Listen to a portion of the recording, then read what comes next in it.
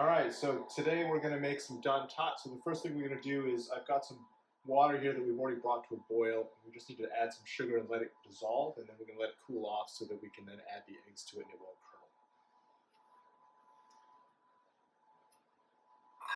All right, so Dan Tat has two different kinds of dough that are used together to make a laminated dough. So the first dough is just simply some flour, oil, water, a little bit of sugar, and a little bit of evaporated milk. And it comes together pretty quickly, and we don't really even need to do a lot of kneading or anything with this dough. We just need to really get it mixed up together. All right, so the oil dough, just flour and oil.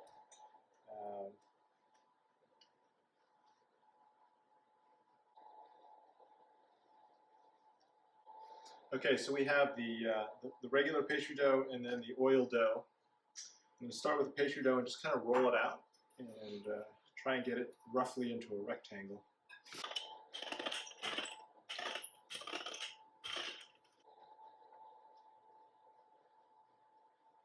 Okay, so we're going to take the oil dough. I'm going to kind of just flatten it out a little bit with my hands and then add it right to here, on top of this dough, and then fold this over so that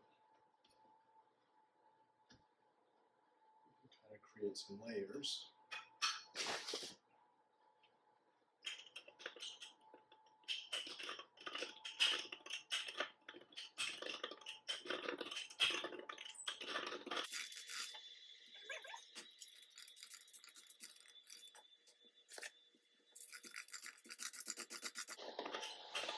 So one of the things that some people will do is they will,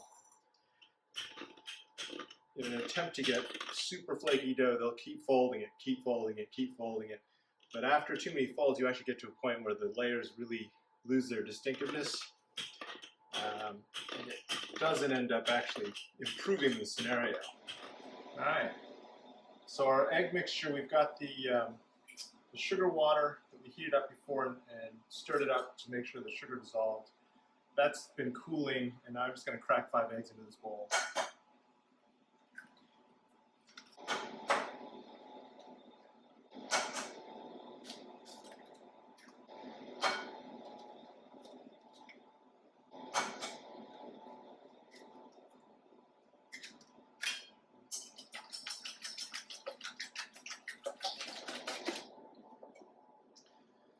All right.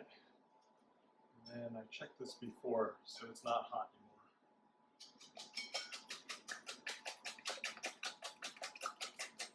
anymore. I'm going to use some paper, just cupcake liners. We've got our little metal tins, and that'll help kind of make it so it's easier to remove, and then there's also something just to store them in later. When you cut out the circles, what I'm going to do is I'm going to use a circle cutter that's actually bigger than the little tart mold.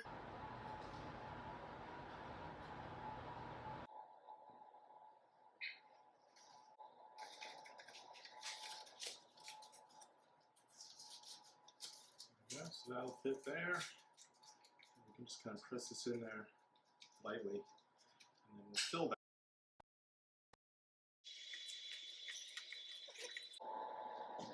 All right, so I've got an egg yolk with just maybe a half a teaspoon to a teaspoon of water whipped up here. And we're just going to use this to brush the edges of our pastry just to help it the browning.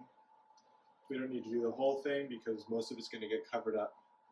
So as you can see, when we whisk up these eggs in the water, we get a lot of froth, but we're going to pour this through a little metal strainer and hopefully get rid of most of that froth.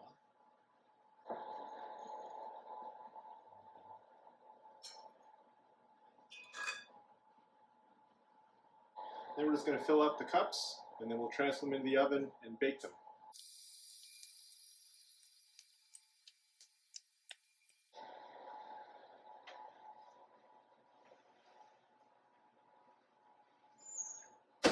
Okay, so these have been resting with the heat off for about 8 minutes, and we've looked at them and decided they're ready to go, so I'm going to pull them out here.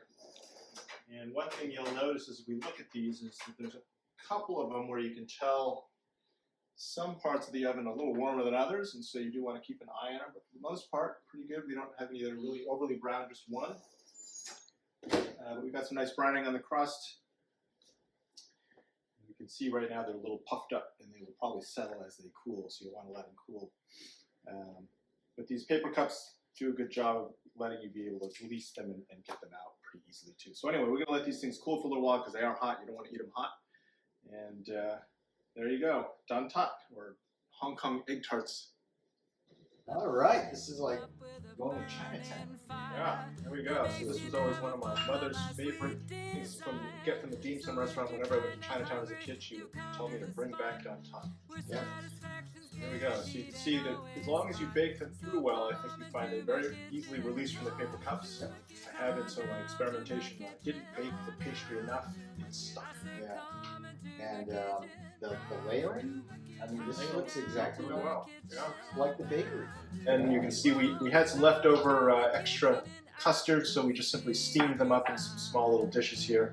Yeah. Because we ran out of pastry. There you go. And some oolong tea.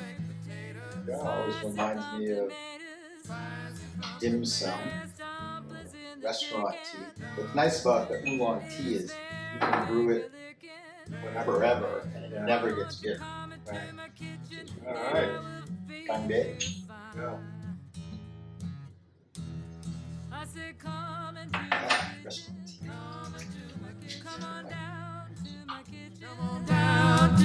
Won't you come into my kitchen? Come on down to my kitchen. Come on down to my kitchen.